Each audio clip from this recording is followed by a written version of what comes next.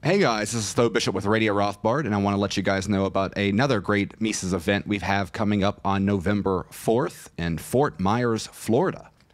As you know, everyday Americans feel the political capture of the economy. Inflation, taxes, and regulatory costs hit our paychecks and our savings. The regulatory capture of the medical industries, food and energy production, and the various instruments of big tech empower the regime with new tools to promote their latest ideological cause. The ever-growing burden of government debt has become a crisis without any political will to address it. We're going to be talking about these very issues at this event in Fort Myers. And best of all, we have a discount code for Radio Rothbard listeners. If you use promo code RR2023, RR as in Radio Rothbard 2023, you'll get $10 off at this event. If you want to learn more, visit Mises.org/FL2023, FL as in Florida. Look forward to seeing you there.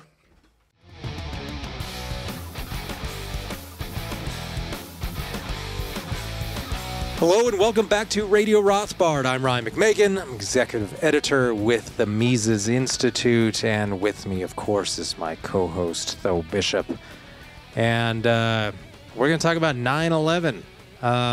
Although not necessarily 9/11 itself, but all of the bad things that happened in the aftermath of 9/11. We're still very much living in the world that 9/11 created, or rather, the world that the American regime created after 9/11, using 9/11 as an excuse to greatly empower itself.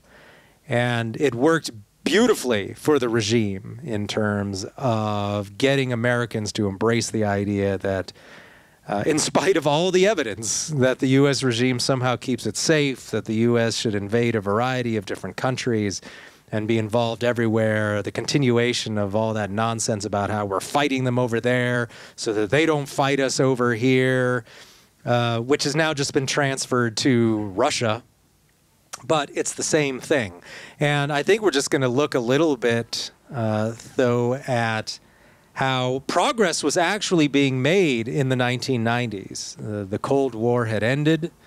A lot of conservatives, some of the worst Cold Warriors of that period, some of the more principled ones actually stuck to their original arguments, which was that, well, we're only going to be despots during the Cold War. And once the Soviet Union's out of the way, then we can go back to being a normal country. And a surprising number of those conservatives, like Russell Kirk among them, actually kind of stuck to that theory. And once the Soviet Union collapsed, they were saying things, all right, time to go back to being a normal country, and we're gonna bring the troops home, we're gonna lessen defense spending, and there's no longer any existential threat to the United States, which has always been true since the collapse of the Soviet Union, assuming the Soviet Union was an existential threat. Which it may or may not have been, but there certainly has been no existential threat to the United States since then. Terrorists have never been an existential threat to the United States. They can commit big murderous crimes, but that's completely different from offering any sort of existential threat, which is what justified the Cold War in the minds of conservatives. That's all over, and so conservatives were finally starting to see, hey, maybe that Bill of Rights thing that we basically trashed during the Cold War, maybe we should get that back. That whole thing about Bill Buckley saying we have to adopt totalitarianism for the duration of the Cold War. Hey, it's over. We don't have to do that anymore. And so progress was being made on that front. But then 9/11 destroyed that movement to the extent that it was happening. And the people who started to sound reasonable by the late 90s had a lot of skepticism in the regime during the Clinton years, completely abandoned that, completely embraced the regime, went completely bonkers in terms of saying you're either with the regime or you're with the terrorists, and it now became no longer acceptable to have any doubts about the U.S. government whatsoever. You had to let it spy on you. You had to let it start whatever wars it said needed to be started, and immense amount of nascent progress was completely lost and has never been regained. And to this day, all the people who perpetrated that, the dismantling of the Bill of Rights after 9/11, have never been punished, never been disgraced. And that's the world we're living in now. And we're only now starting to see maybe a little bit of progress in terms of the populist wing of the Republicans maybe embracing some degree of skepticism about that. But we will see if that all gets short-circuited by anti-China hysteria. Victory on that front is by no means guaranteed, and 9/11 was very successful in assuring that most Americans continue to unquestioningly support U.S. foreign policy as supported by the elites. But let's start first with your column, Tho, from earlier this week, which went a little bit into that. I think it looked a little bit about the situation that was evolving in the 90s before it was destroyed by the 9/11 reaction. And, well, just tell us a little bit about your ideas there and what the takeaway is. Yeah, well, people that follow me on Twitter in particular know that I'm very interested in kind of the paleo-libertarian project that was promoted by Radio Rothbard, Lew Rockwell in the 90s, kind of try to take advantage of this changing atmosphere with post-Cold War conservatives, the Pat Buchanan crowd, recognizing the need for reversing the expansionist foreign policy that the conservatives had advocated for a very long time. And with kind of the history of that literature, the fallout is often blamed on sort of intellectual disputes between certain intellectual figures, largely on economic issues. So, you have Hans Hermann Hoppe, for example, criticizing rightfully the inability for certain paleo-conservative figures to get over protectionism and kind of this interventionist, what he called social nationalism as kind of an economic platform, where really if you go back and you read the treasure trove of content from LewRockwell.com, which was kind of a continuation of the Rothbard-Rockwell reports in the early 90s, you saw that there was a continuing interest in this project in spite of the John Randolph Society kind of splitting ways and things like that. And really the fallout, if you look at Lew's work, the pivot away from this outreach to the right came as a result of 9/11. In fact, you had a rather prophetic article from Lew on Christmas Eve day of 1999, where he, it's the title is a memo out to Middle Eastern terrorists or something like that, and he's basically identifying, saying, look, the foreign policy dynamic is creating obvious tensions within the Middle East. A lot of the grievances that he outlines are given by, various actors, Al-Qaeda and the like, for the reasons why, they had motivation for 9/11. But he outlines that, look, the environment that we have in America right now is changing, that you have skepticism of the regime changing, that you had, the excesses of the Clinton administration, which Rothbard in particular has some very, very colorful commentaries about that time. But they were cracking down on guns. You saw the massive expansion into healthcare policy. You saw a lot of kind of proto-Obama era style domestic policies really rive up a right-wing resistance to D.C. in ways that we would all support.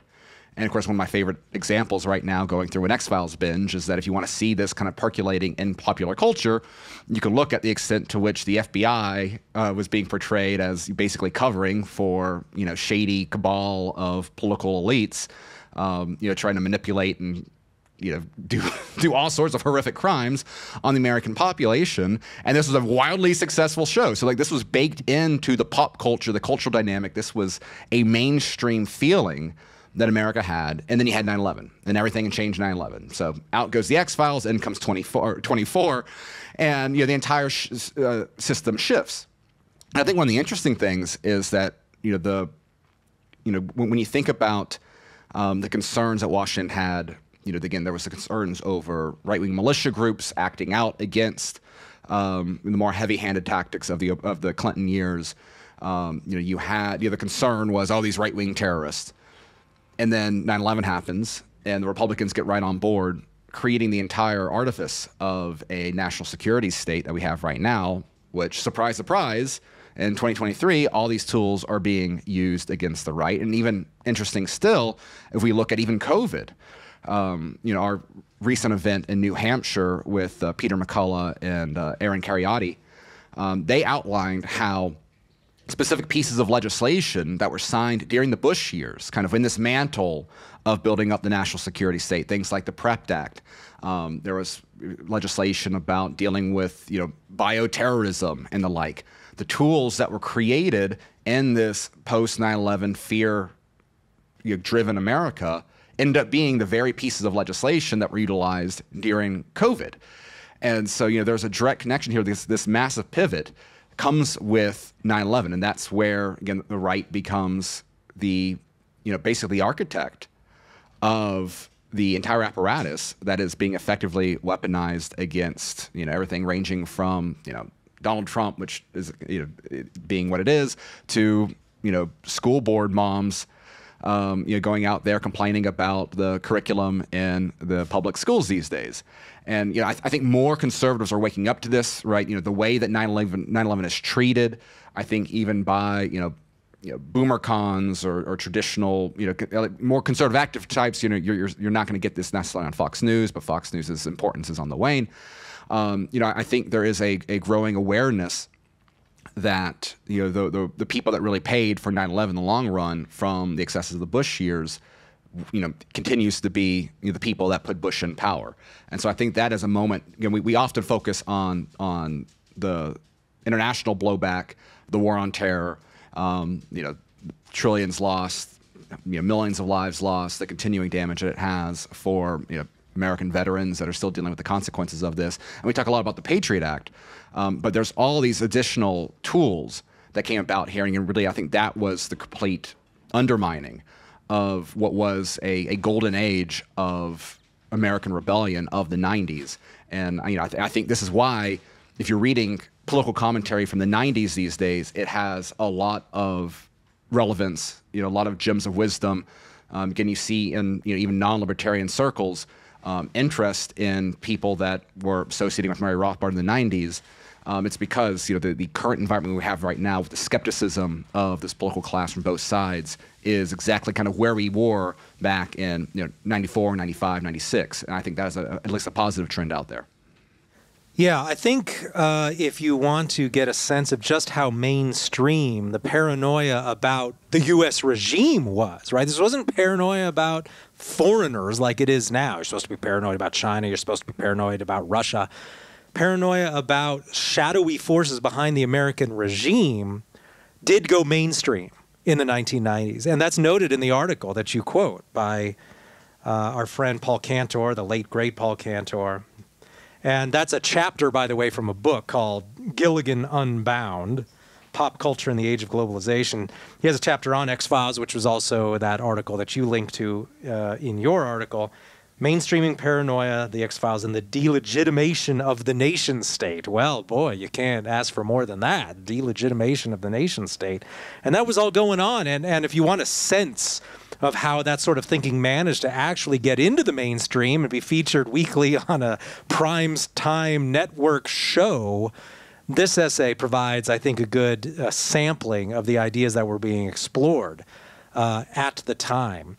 And far from being necessarily, certainly it wasn't a shortcoming of libertarian thinking at the time. It was certainly a shortcoming of conservatives who still had refused in the 90s to embrace true free trade, true laissez-faire, while many were skeptical about the FBI, and notably, for example, called federal agents jackbooted thugs.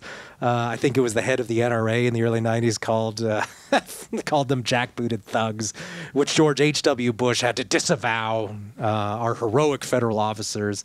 This was at the time of Waco and the time of Ruby Ridge. And so there was skepticism there, but most conservatives in the end, they still couldn't let go of it. They still thought the federal government was great, but maybe was in need of some reform. And especially the mainstream in Washington had never gotten rid of that.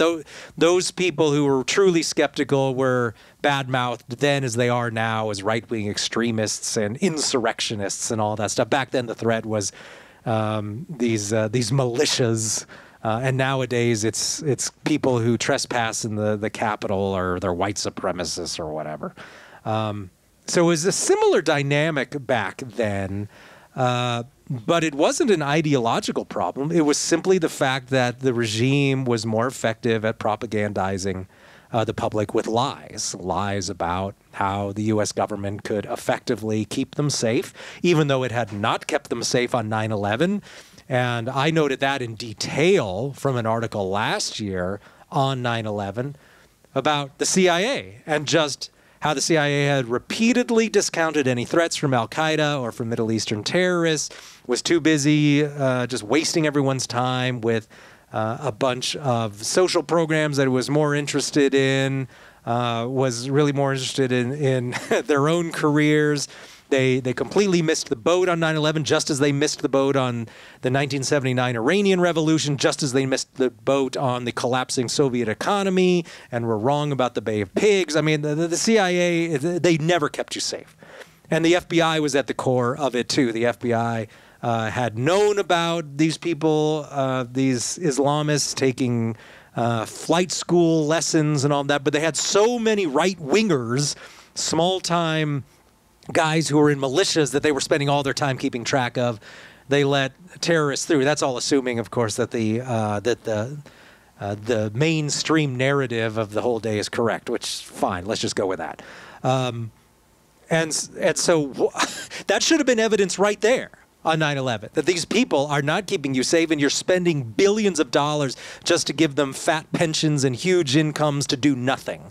But after 9/11, what? They just all got raises, and their powers are vastly expanded, and the FBI was able to spy on you. All of those tools that they use now to censor you, to pressure social media, to program bots, to overwhelm the narrative that might be forming when there's a narrative of dissent on social media somewhere, and then the intelligence agencies intervene to make sure you're not seeing the bad stuff, you're seeing what the government wants you to read. Those are all powers that came after 9/11. And because people bought the lie then, they were scared out of their minds, they were told to be scared, and they believed absolute laughable nonsense like, quote unquote, they hate us because we're free. People actually believe that. Of course, if too much freedom is the problem, we don't have to worry about any more terrorist attacks because our freedoms are mostly gone now. The Bill of Rights, especially the Fourth Amendment, is a dead letter. And the feds can do essentially whatever they want, thanks to 9/11. And the only thing that holds them back is public interest, public knowledge about these various schemes that they have going behind the scenes to spy on you and manipulate you. And when people do expose it, like Snowden or Assange, they're villainized. And most Americans go along with that, too. So nothing has been learned since 9/11, except that we can all live with a massively far more empowered federal government, and nobody seems to care all that much about it. There's no talk about repealing most of these powers. They'll say, oh, the Patriot Act expired. Yeah, this is because most of those powers are then folded into other pieces of legislation. So nothing's changed. Nothing's been repealed, and no lessons have been learned. The people who engineered all of that, who told you we needed the Patriot Act, never punished. We still have to listen to videos from Dick Cheney coming on social media telling us what a threat to the Republic Donald Trump is. The only people who have a clue about this are the hard left. I noticed that Jacobin magazine ran an article the last time Dick Cheney was going on and on about this stuff, saying, hey, Dick Cheney is way more of a threat to the Republic than Donald Trump has ever been. And so the left, the hard left, are the only people who are actually coming out and saying that. Of course, if you're your typical center-left Biden lover, you actually believe all that nonsense about how a handful of powerless country boys who love Donald Trump are somehow a real threat to the Republic. And the deep state, they're no threat at all. They're your friends. They only want what's best for you. So that's where we are. That's the ideological state in America right now. And unless what we're told are the white supremacists somehow manage to get some traction again with the general public, white supremacy has nothing to do with it. It has to do with hating the powers of the central government. some progress needs to be made there, or we're just still living in the 9/11 world, and they're just taking the same powers, and now everyone's a Putinist, everyone's a stooge for the Russian regime. It's all the same stuff we heard, with some of the words changed from 2003, 2004, and that's where we are. And so it's very unfortunate.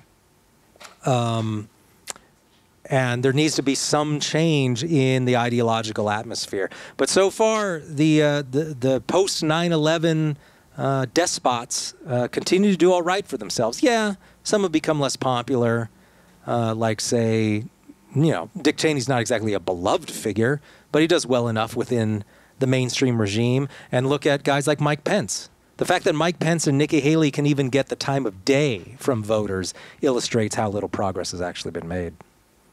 Well, thankfully, they're very far behind the polls, so they are being projected upon the public through their Fox News appearances, not really catching on, even in South Carolina with Nikki Haley. So there's some hope perhaps there.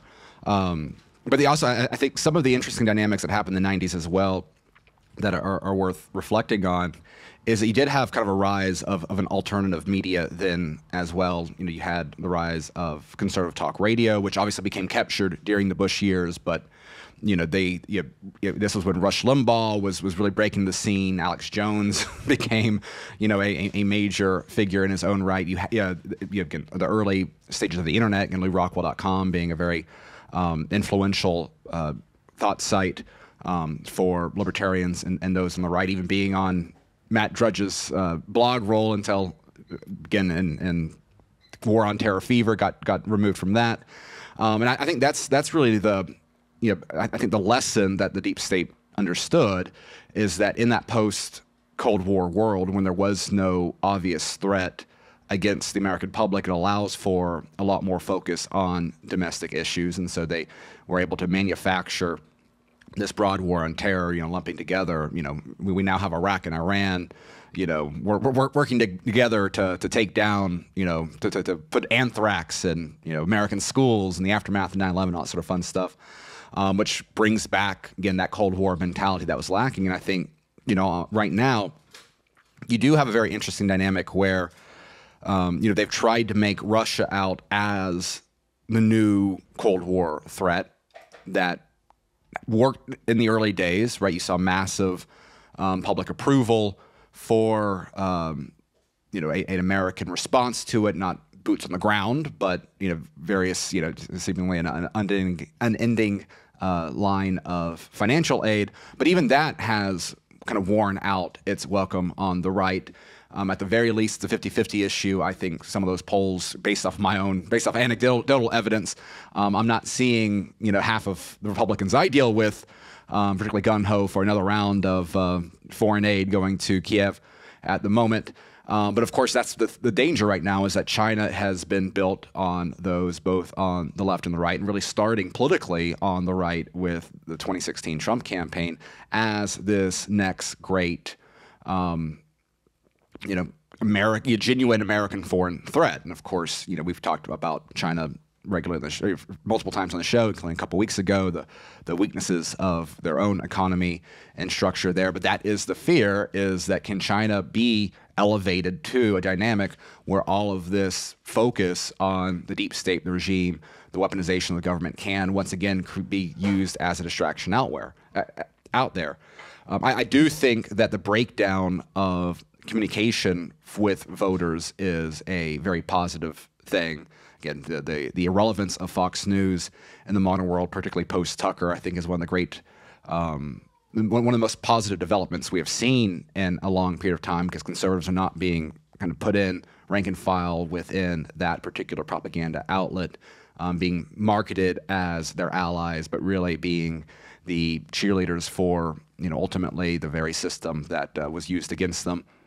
And so, the more that people are turning to podcast, and the amount of times I get Rumble videos recommended by people in their 50s and 60s in my local Republican gatherings, I not always going to vouch for the quality of the content they're sharing, but the fact that that's where they are getting their content now, I think is a very, very positive thing.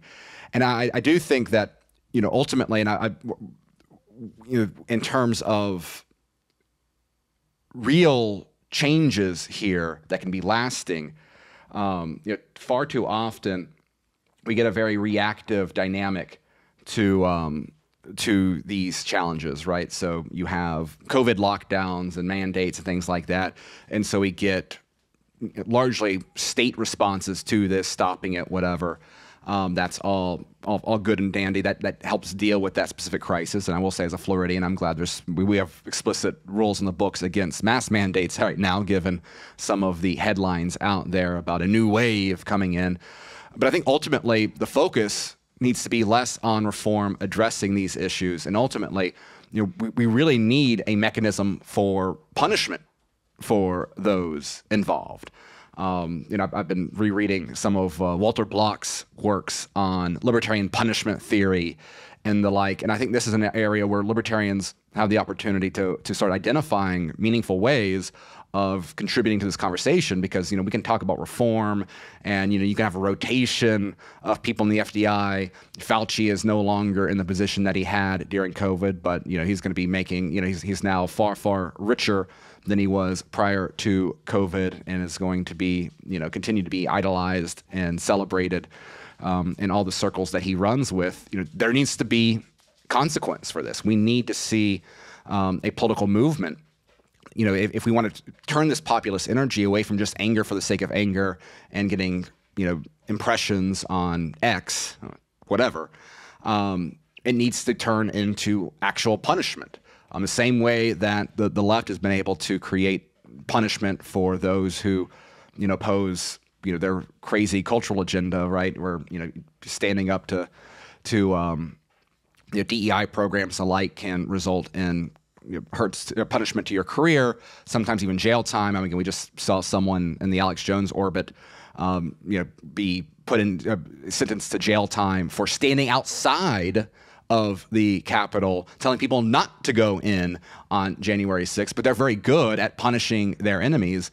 And I think here, identifying the specific actors in power that are directly responsible for the actions that infringed upon that have allowed this tyranny to continue is something that the right has to do if they're going to get serious about their stated anger over these past injustices. And I think one of the interesting dynamics out there right now is, of course, last week you had the New Mexico governor make this big sweeping public health declaration suspending essentially the Second Amendment, or at least the right to carry a gun in the state after some, again, tragic shootings. It's interesting there, though, because New Mexico is a state that eliminated qualified immunity, after the 2020 chaos. And so, here's an opportunity. And even now you have the Attorney General, who is a Democrat, saying, I'm not going to enforce this. This is blatantly unconstitutional.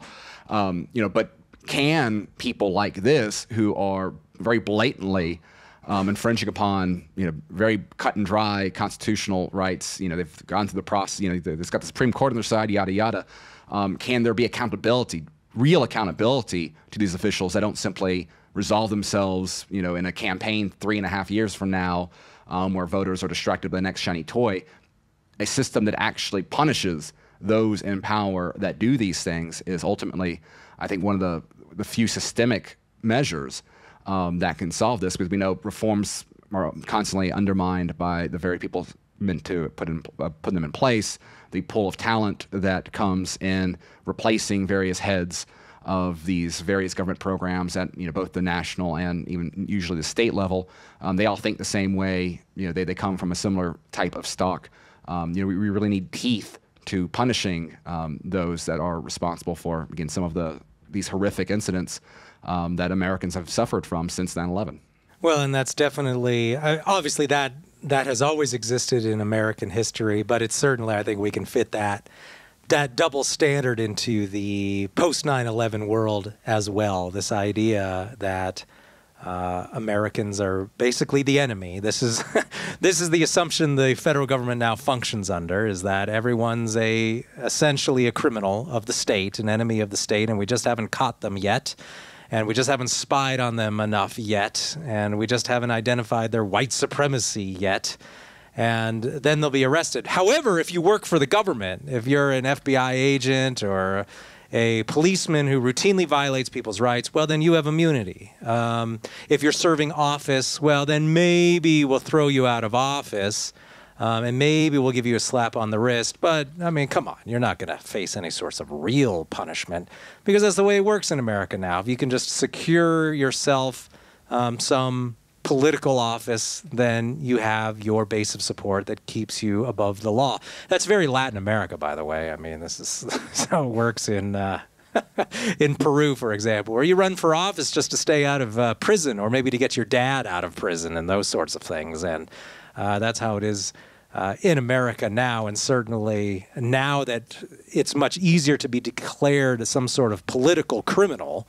And I have a recent article on that now, the rise of political crime in America versus real crime, is since any normal person can be declared much more easily a political criminal now, normal people just face imprisonment and horrible punishments from the regime much more easily, whereas those in power, they can do those same things and they're fine. Maybe you get a slap on the wrist. And so there is a real growing inequality there, and very much the legacy of 9/11 as well, at least in terms of its growth in recent decades. And so, yeah, that's just another one of those developments. Now, going back, I mean, you mentioned a couple of reasons to have to have some optimism.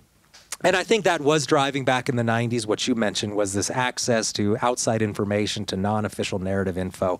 And in the 90s, we all thought it was going to be wonderful because we could see the internet coming. We knew we were going to be able to get access to all sorts of information that wasn't coming out of the regime. This was, in the 90s was the age of zines and like offbeat publications that were not coming out of any of the publishing houses. And you could get all sorts of weird ideas from these things. And then by the late 90s, there were all sorts of standalone websites. And if you could find a good aggregation website like LewRockwell.com or antiwar.com, you could get exposed to a lot of these ideas, and they weren't controlled by any sort of big corporation. But the problem is that a lot of Americans are too lazy to do that now, so they just rely on Twitter or Facebook to feed them information that is easily available online, but which these big corporate entities don't allow to be read or seen on their platforms. So people who can't be bothered with broadening their use of the internet, which is free and easy, and we all thought it was the easiest thing in the world. You could just go to this website. You didn't have to pay anything. You get all this free information. Whereas before that, you had to pay for magazine subscriptions and you had to go buy physical copies and stuff. We thought, hey, this is great. Anybody can get information now. But now most people aren't really interested in that. It's too much trouble just to go to another website. So there are good and bad trends there, I think. But yeah, the information is available, and for people who are actually curious, they can get it. And I think one other reason for hope, and I note this in my article from yesterday, is that the military can't get people to sign up for it anymore. We're not talking about like mildly missing their recruitment goals. The New York Post was reporting some of these branches, not just the Army. The Army often is the first to have some recruitment problems. But the Navy, the Air Force, the Coast Guard, the Air Force is, this is the first time they've missed their goals since '99 during that period of skepticism. The Navy, they're missing tens of thousands of people that they need to meet their recruitment goals. And it's not just because unemployment is low. That's certainly a factor. But who wants to join just so they can lose another war? Who wants to join so they can be lectured every day about affirming people's pronouns? People are beginning to see that the military is just it's a partisan social bureaucracy that's there to forward the careers of politicians that we call generals.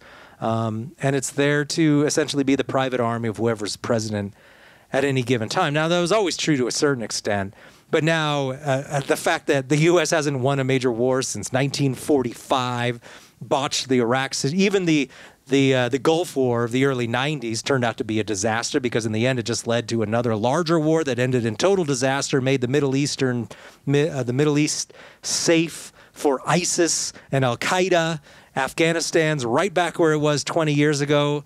Okay, if you want to sign up to do that, to be a complete failure, to die in vain and for nothing. I mean, if you had a relative die in Iraq or in Afghanistan, they died for nothing. I mean, let's not mince words here. They died to enrich Dick Cheney and some of his cronies and to increase terrorism in those places. No American was made safer. They died for nothing. So let's just admit the reality, and that's what you're going to do if you join the military. And I think more people are starting to see that, and that's a good sign for hope as well. But boy, do we just have a long way to go. I think ideas are starting to change, but they had almost 20 years in which to really institutionalize their despotism in terms of Patriot Act and spying and international meddling, that now all that has to be undone as well. There's no time like the president to just keep bad-mouthing it all and to absolutely refuse to take their word for it when they tell us these things are necessary. But you got to stop with buying into the regime's hysteria on China or on Russia, because you can't buy into that and then turn around and claim that oh yeah, I'm skeptical about the Patriot Act and January 6th and all that stuff, because you're really essentially just doing what the regime wants you to do. They're just moving on to a new thing. They got what they wanted with January 6th. They got what they wanted with the Patriot Act, and now they've got you revved up about Russia and China. Or if it's just China, not Russia, trust me, you're still doing what the regime wants, and you're just going to make sure that they can keep doing what they want as long as you go along with their narrative on that. So now's the time to stop. And thankfully, on some of the content front, it's interesting to see how digital content, kind of the waves that you get. Now Substack is kind of one of those platforms out there where you have kind of a revival of that sort of blog style approach to things, where you get sort of specific commentators out there. And again, you do get a lot more alternative voices, which is good. And of course, this also plays into kind of Elon's changes with Twitter having some impact there. But Ryan, you mentioned the need for free and quality content, and our listeners have the opportunity to get a free book from the Mises Institute if they are looking for some quality content. If they visit Mises.org/RothPodFree, that's RothPodFree, they can get a free copy of How to Think About the Economy by Dr. Per Byland. It's been flying off the shelves at the Mises bookstore, but we've got that offer for our loyal listeners. And so that is a great opportunity to check out, to get some quality, free, non-regime friendly content delivered directly to their doorstep there. All right, well, we'll go ahead and wrap up this episode with that for Radio Rothbard. Thank you for listening, and we will be back next week with another episode. So we'll see you next time.